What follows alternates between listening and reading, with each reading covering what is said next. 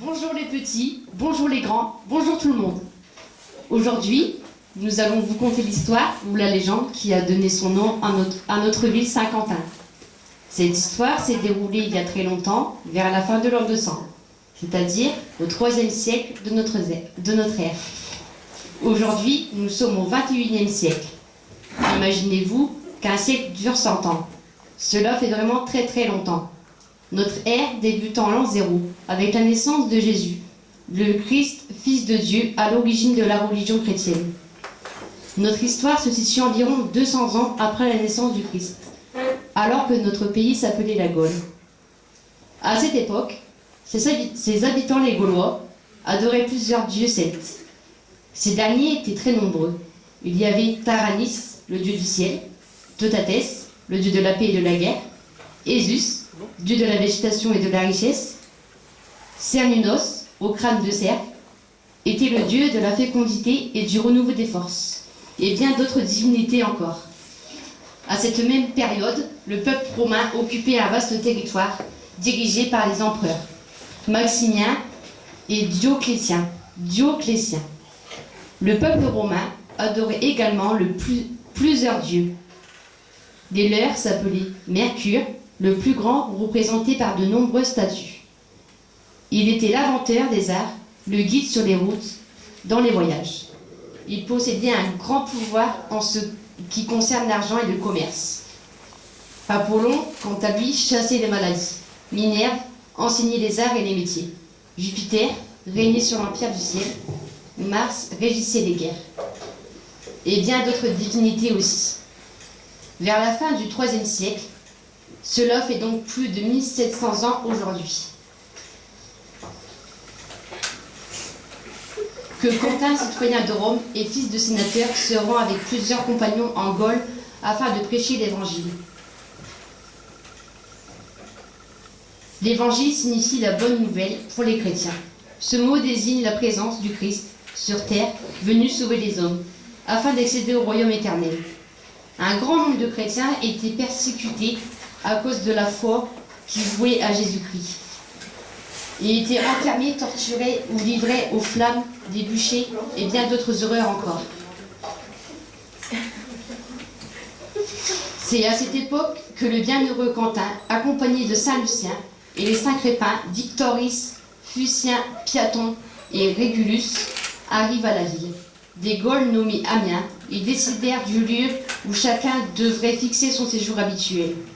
C'est là qu'ils se livraient sans relâche aux jeûnes, à la prière et à la prédication, aux enseignements. De leurs paroles s'ajoutait le témoignage éclatant non seulement de leurs vertus, mais aussi de leurs miracles, car par un seul signe de la croix, ils rendaient la vue aux aveugles, l'ouïe aux sourds, la parole aux muets et aux paralytiques la liberté des membres.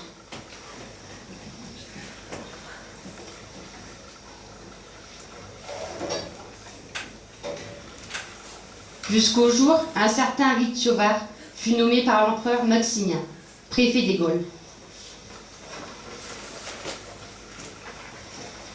Sur la route le menant à Amiens, il fit noyer impitoyablement les chrétiens. C'est alors qu'il ne tarda pas à entendre parler bienheureux Quentin, que ses prédications, ses vertus et ses miracles avaient rendu célèbre.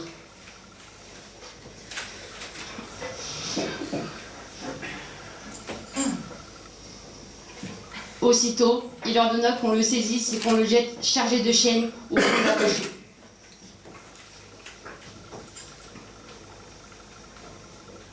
Pendant qu'on l'y conduisait entouré de gardes, le saint se mit à chanter. « Oh mon Dieu, ne me délaissez pas, mais arrachez-moi des mains de cet homme impie qui méprise votre loi, car c'est pour vous que je souffre, Seigneur. » Le jour suivant, siégeant dans son tribunal, la salle du conseil, il se fit amener le bienheureux Quentin, lorsque celui-ci fut en sa présence. Quel est son nom? Saint Quentin répondit. Je porte le nom de chrétien, parce qu'en effet je le suis, croyant de tout cœur en Jésus-Christ. Toutefois, mon nom propre est Quentin. Et quelle est ta famille, ta condition? Je suis citoyen romain et fils du sénateur Zénon. Comment se fait-il donc qu'étant de si haute noblesse et fils d'un père si distingué, tu te sois livré à une religion superstitieuse et que tu adores un malheureux que des hommes ont crucifié? C'est que la souveraine noblesse d'adorer le Créateur du ciel et de la terre, et d'obéir de tout cœur à ses divins commandements. Oh, Quentin, est-ce là cette folie qui t'aveugle et bien sacrifier aux dieux? Non, jamais je ne sacrifierai à vos dieux, qui en vérité ne sont que des démons. Cette folie dont vous me dites aveuglée, ce n'est pas une folie, mais au contraire, c'est une souveraine sagesse. Si tu n'approches à l'instant et ne sacrifies à nos dieux, j'en jure par ces mêmes dieux et par les déesses, je te ferai torturer de toute manière jusqu'à ce que tu en meures. Non, non, Seigneur Président, sachez-le bien ce que vous m'ordonnez. Je ne le ferai jamais. Et vos menaces, je ne les crains nullement. Faites ce qui vous plaira. Tout ce que Dieu vous permettra de m'affliger, je suis prêt à le subir. Alors, Ritiovar, outré de fureur, commande à 4 soldats d'étendre 50 sur le chevalet et de le fouetter. Durant tout ce supplice qui fut long et cruel, Saint-Quentin, les yeux levés au ciel, ne cessait de prier en disant: Oh mon Dieu, donnez-moi la force et le courage dont j'ai besoin. À peine avait-il achevé cette prière, toujours sous les coups de flagellation, que du ciel, une voix se fit entendre. Courage et constance, Quentin, je suis avec toi. À cette voix miraculeuse, les bourreaux qui le frappaient tombent renversés par terre, sans pouvoir se relever, et appeler à Ritiovar de vouloir les secourir. Seigneur Ritiovar, Ayez pitié de nous, nous sommes en proie à de cruelles truands. Des feux nous dévorent, impossible de nous tenir debout. À peine pouvons-nous parler. Tandis qu'il criait, notre saint athlète Quentin ne sentait rien. Témoin de cette merveille, le cruel Ritiovar n'en devint que plus furieux et plus acharné. j'en jure par les dieux et les déesses, puisque ce Quentin est un magicien et que ses maléfices sont ici le dessus, qu'on le jette à l'instant loin de ma présence et qu'on l'enferme dans le plus noir cachot, où il ne puisse absolument ni voir le jour ni recevoir la visite d'un autre chrétien.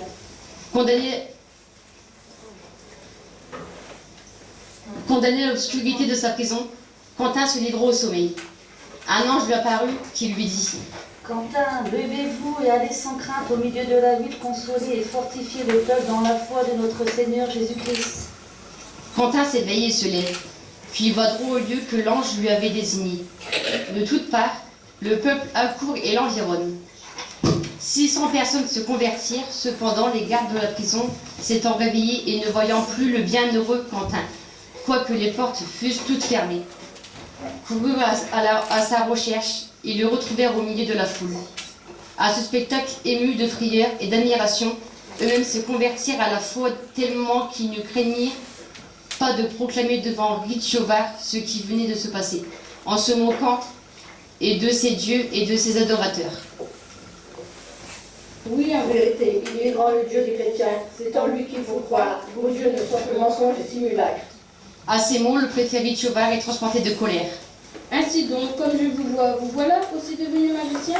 Non, nous ne sommes nullement magiciens, mais des adorateurs de l'unique et vrai Dieu qui a fait le ciel, la terre, la mer et tout ce qu'elle enferme. C'est une folie. Allez, allez, retirez-vous.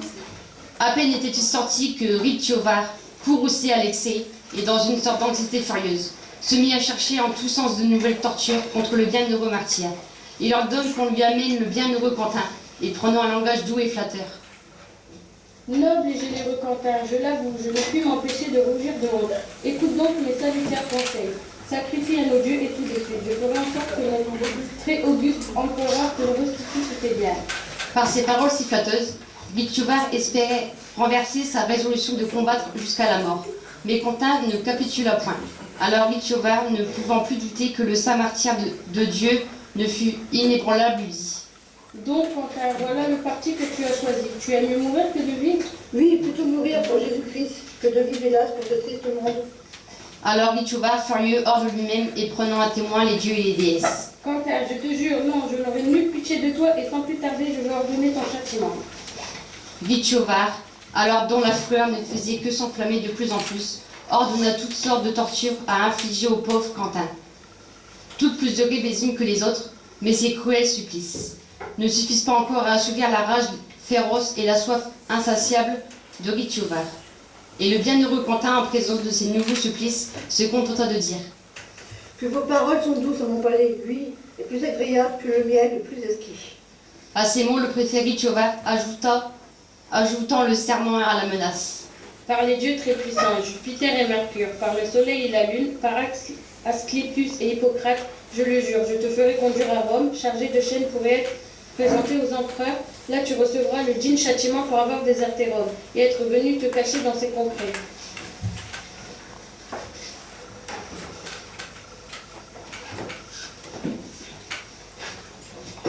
Je ne crains pas d'aller à Rome, je ne doute pas que là, comme ici, je trouverai mon Dieu, lequel serait bien triomphé de toutes les machinations insensées que vous et vos empereurs mettez en œuvre contre les chrétiens.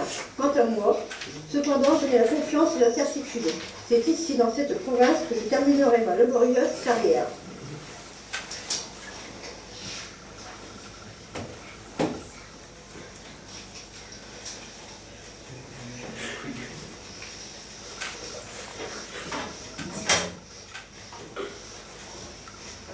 Chargé de lourdes chaînes, Saint-Quentin est conduit dans la capitale du Vermandois.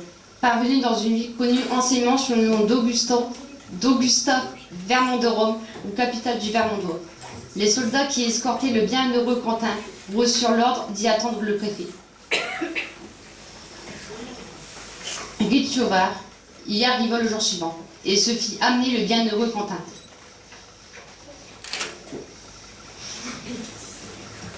Lorsque celui-ci fut en sa présence, il tenta de nouveau de le prendre par de flatteuses promesses. Quentin, mon frère, puisque je vois en toi un homme de grande espérance, je veux user de patience à ton égard. Sacrifie à nos grands dieux seulement Apollon et Jupiter, et si tu ne veux pas retourner à Rome, eh bien, dans cette province même, je t'enrichirai des plus éminentes dignités. Déjà plus d'une fois, j'ai répondu à de semblables promesses de votre part. Et ma réponse aujourd'hui est toujours la même. Jamais je ne sacrifierai à vos dieux, qui évidemment ne sont que des vaines idoles d'Iran, de bois et de pierre. Enfin, le cruel préfet ordonna que Quentin subisse la peine capitale, conduit par les bourreaux au lieu de son sacrifice.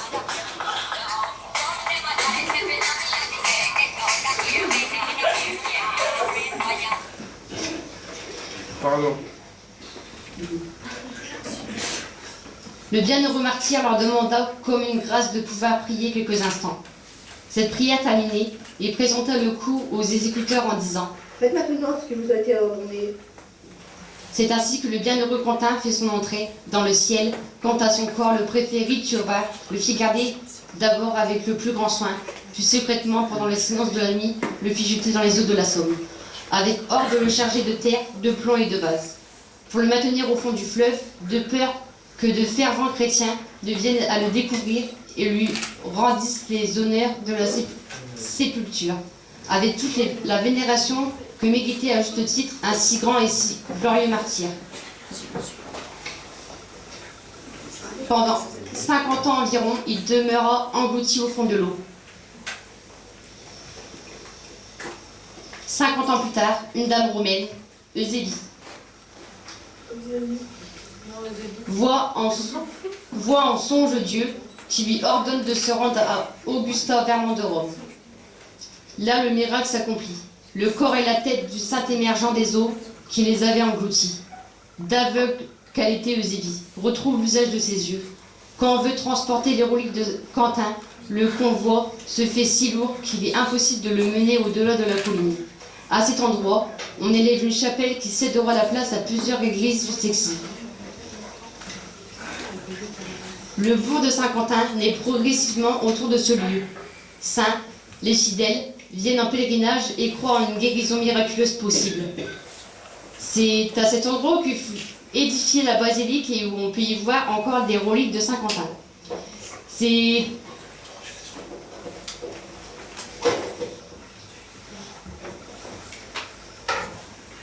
ici que s'arrête l'histoire du martyr de Saint-Quentin qui donna son nom à notre ville.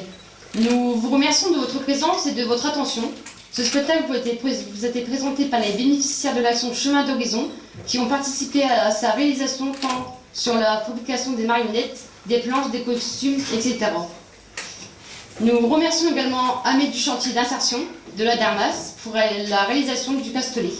Nous remercions Mélissane et Anaïk pour leur participation au spectacle. Nous remercions également Dominique pour la sono. Et nous vous remercions tous et toutes d'être présents cet après-midi.